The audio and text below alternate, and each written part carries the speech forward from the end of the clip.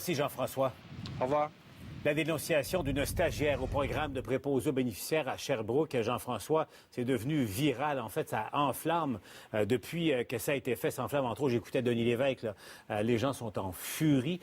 Donc, la jeune, rappelons les faits d'abord, prétend avoir reçu une directive choquante là, concernant les changements, notamment de culottes d'incontinence dans les centres de soins de longue durée. Et je me trouve actuellement, Paul, devant le pavillon Youville. Donc, c'est un endroit où sont présentement gardés les cas les plus lourds de personnes en perte d'autonomie. Et on nie catégoriquement, donc, ce que la jeune femme, Catherine Dupuis-Desilets, a avancé ce matin. Je vous montre un extrait de sa page Facebook qui a été partagé par bon nombre de personnes. Elle y mentionne, saviez-vous que si la culotte n'est pas complètement pleine, à sa pleine capacité, je n'ai pas le droit de changer mon patient ni de laver ses parties génitales. Et elle en rajoute en disant, donc, si la personne est dans son urine le matin, mais que la culotte peut encore en contenir, je la laisse sécher dans son urine sans même procéder à un lavement. C'est ce qu'elle partageait. Elle disait que c'était les directives qu'on lui avait données dans le cadre de sa formation pour les culottes d'incontinence de son stage. Ici, vous allez entendre un extrait de l'entrevue qu'elle donnait ce matin à notre collègue de LCN, Julie Marcoux. Normalement, on est censé avoir des tournées de culottes aux 2 heures, puis c'est ça. À chaque fois que c'est souillé, c'est censé être changé, parce que dans le fond, pour la prévention des plaies, la nouvelle procédure, ça fonctionnera pas, là. Et qu'est-ce qu'on vous a dit pour justifier cette nouvelle façon de faire, de changer finalement la couche d'incontinence seulement une fois qu'elle sera pleine, une fois qu'il y a des selles à l'intérieur? Malheureusement, ça fait partie des coupures budgétaires de l'établissement, là. Bon, on a entendu la réaction immédiate du ministre de la Santé qui dit n'avoir jamais entendu parler d'une telle directive. Et la direction du centre vient aussi de réagir, Jean-François. Oui, effectivement, on nie catégoriquement l'existence d'une telle directive. On dit que les patients sont vérifiés aux 2 heures et on n'attend pas qu'un patient, qu'un résident se plaigne parce qu'il y en a qui ont de la misère à communiquer leur état d'âme, la situation dans laquelle ils se trouvent. On vérifie régulièrement et au besoin, on change ces culottes. Il faut comprendre qu'il y a des culottes qui sont plus performantes que d'autres, donc ça ne veut pas dire qu'on les change aux 2 heures. Vous allez entendre le ministre qui, lui, fait des vérifications pour s'assurer que c'est effectivement le cas. Je ne doute pas de la bonne foi de la personne qui a diffusé ces informations-là, mais peut-être que c'est lui une mauvaise interprétation de la situation. Il n'y a pas de directive dans le réseau selon laquelle ou lesquelles il faudrait qu'une couche d'aisance soit remplie à ras-bord avant de la changer. Ça, si c'était le cas, il y aurait des gens qui auraient à répondre de leurs actes. Alors, selon la direction du CIUS-CHUS ici à Sherbrooke, toute cette sortie publique de la jeune stagiaire ne serait en fait qu'une tempête dans un verre d'eau. Jean-François Desbiens en direct de Sherbrooke. Merci. Jean-François, on va se rendre maintenant. Il n'y a pas de directive dans le réseau selon laquelle ou lesquelles il faudrait qu'une couche d'aisance soit remplie à ras-bord avant de la changer. Ça, si c'était le cas, il y aurait des gens qui auraient à répondre de leurs actes. On vient d'entendre le ministre de la Santé réagir à ce qu'écrivait, entre autres, sur Facebook une jeune préposée aux bénéficiaires de Sherbrooke. On va s'en parler avec Harold Lebel. M. Lebel, qui est le porte-parole de l'opposition officielle en matière, entre autres, là, pour les aînés. M. Lebel, on vient d'entendre le ministre Barrette. Il y a aussi la direction du centre de Sherbrooke où ça se serait passé, qui nie tout. Qu'est-ce que vous savez sur cette histoire-là? Est-ce que, oui ou non, on doit attendre que les couches débordent avant de les changer dans les centres de soins de longue durée? Ça n'a pas de sens. Ça n'a pas de sens. Puis, à chaque fois, on semble nous dire on apprend ça, ça se peut quasiment pas. Mais la protectrice du citoyen, dans son rapport, a sorti beaucoup de plaintes à ce sujet-là, le sujet aussi de la bouffe. C'est une situation qu'on sait, qu'on nous rappelle ça souvent dans les médias, souvent par le rapport de la vérificatrice. Comment on peut faire pour être aveugle à ce point? Ça n'a pas de sens, il faut intervenir.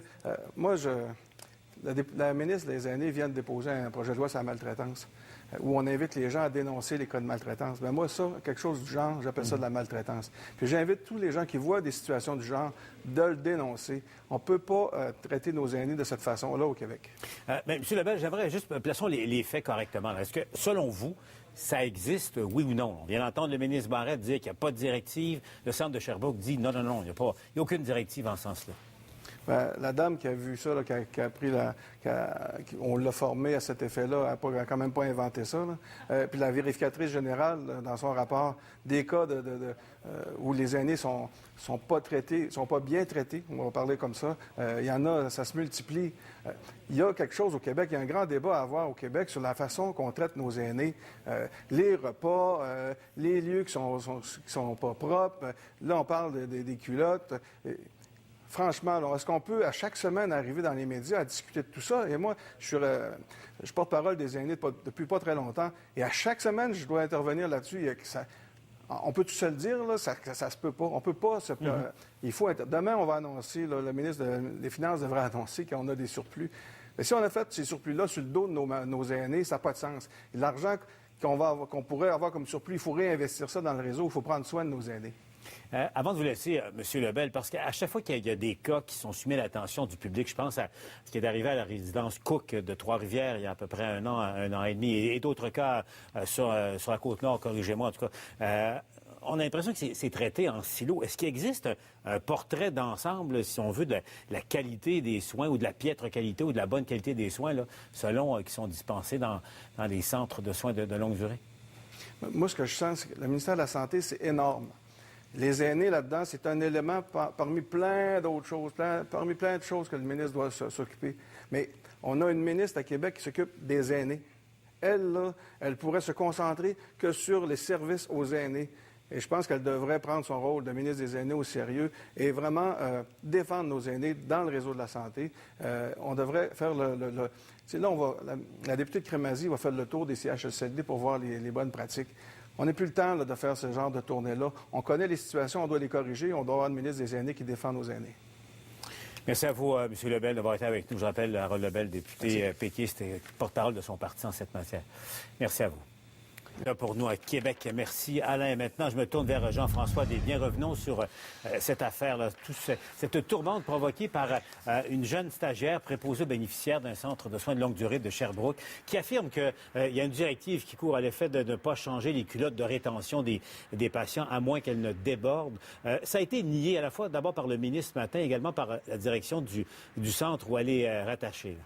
Oui, des propos lancés sur le profil Facebook par la jeune femme stagiaire dans la formation de préposés aux bénéficiaires qui prétend qu'on laisse nos aînés en perte d'autonomie dans les centres d'hébergement et soins de longue durée publics baignés dans leur urine par souci d'économie. Elle dit que lors d'une formation, on lui a transmise la directive à l'effet que tant que la couche n'est pas pleine d'urine, on ne procède pas au changement ni au lavement du patient. Ce que nie catégoriquement la direction du CHUS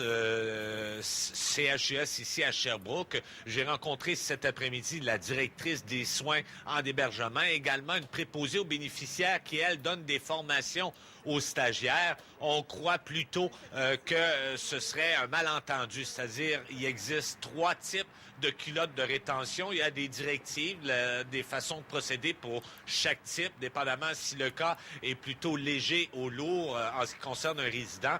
On croit que les explications auraient été mal interprétées et on insiste pour dire qu'on prend très bien soin des résidents dans les différents CHSLD de la région. On va écouter les 2 dames. Je ne sais pas ce qui a été dit, mais ce qui a été entendu a vraiment très... Ça comment? Bien, je trouve ça triste encore. Là. On passe encore pour comme de quoi qu'on ne change pas nos résidents ou qu'on n'en prend pas soin. Et c'est notre priorité, nos résidents. Là. On la change quand elle devient confortable lors des tournées des préposés aux bénéficiaires. On les change s'ils nous le demandent. Ça, c'est pas un problème. Alors, les tournées sont effectuées toutes les 2 heures et même si le patient ne manifeste pas son inconfort, parce qu'il y en a qui ont des problèmes de communication, on procède au changement de la culotte de rétention. Simplement vous dire en terminant qu'on a laissé plusieurs messages à Catherine Desilets-Dupuis. On aurait voulu la confronter à ces déclarations. Malheureusement, nos messages sont demeurés sans retour d'appel. Quelqu'un nous informait il n'y a pas longtemps qu'elle aurait possiblement quitté son stage. Jean-François Desbiens, en direct de Sherbrooke. Merci, Jean-François. Au revoir. À ton émission Le Québec parle tout à l'heure, les gens se sont ouverts beaucoup là, sur l'état des services ou de la piètre qualité des services dans des centres de soins de longue durée. Ben ouais, à la suite de ce commentaire sur Facebook d'une nouvelle préposée aux bénéficiaires qui dit on m'a montré à l'école à changer les couches à un certain niveau. Et là, on me dit il faut attendre que les couches soient vraiment pleines avant de les enlever, de les changer aux bénéficiaires. Et elle dit ça arrive depuis l'histoire des compressions budgétaires. Or, le ministre Barrette a dit, en réaction à ça, ben voyons donc, c'est pas de même ça marche. C'est sûr qu'on donne les soins adéquats, puis les couches ne débordent pas. J'ai eu des appels, Paul, des préposés aux bénéficiaires, ex-préposés aux bénéficiaires, des malades qui sont là, des familles. Écoute, des cas, ça tombait à la pochetée. Alors, je pense que le ministre a un peu d'impatate. Il devrait peut-être faire quelques coups de téléphone pour s'informer. Ça marche pas, son affaire. Les couches sont pleines en dépit de ce qu'il dit. Denis, ce soir, à l'émission. Alors, ce sera toute une émission.